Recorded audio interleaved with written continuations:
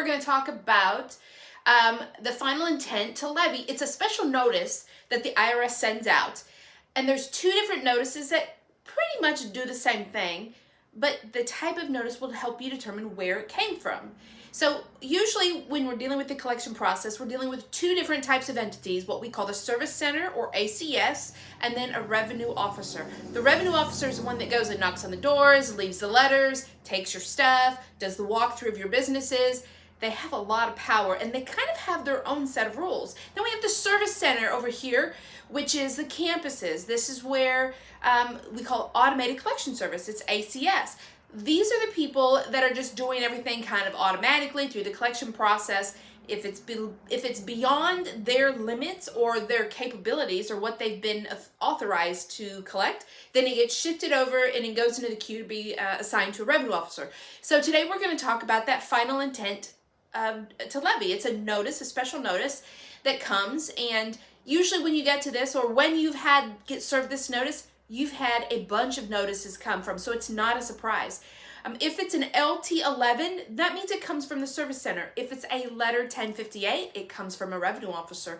Each one's going to have special rules, and you need to read those notices so you know how to respond. If you receive an LT11 from the service center, you could probably handle that on your own to some degree. If you receive a letter 1058 from a revenue officer, that means your case has been escalated and you probably need to get some professional help. Doesn't mean you can't do it, but usually the ROs, once they kind of find out that you're inexperienced, or if they think you have something, if you're not cooperating, or if they think you're not cooperating, they can get really ugly and they just have a lot of power. And often, unless you know how to stop them or if they're doing something wrong, it makes it really, really frustrating for the taxpayer. So anyhow, don't forget LT11, letter 1058, they're both a final notice of intent to levy. That means the IRS is going to take your stuff. They can't do it until they send you that notice. So it is extremely, extremely important that you don't ignore. We offer a 30-minute session to taxpayers. We call it the IRS Relief Roadmap. We kind of talk.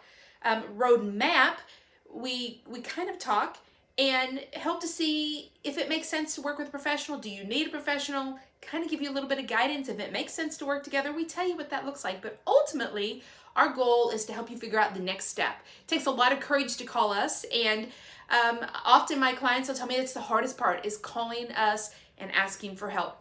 I hope that helps. Don't forget, if you don't let it get to that notice level of the LT11, you are much better off, because every time you ignore a notice, you lose your taxpayer rights.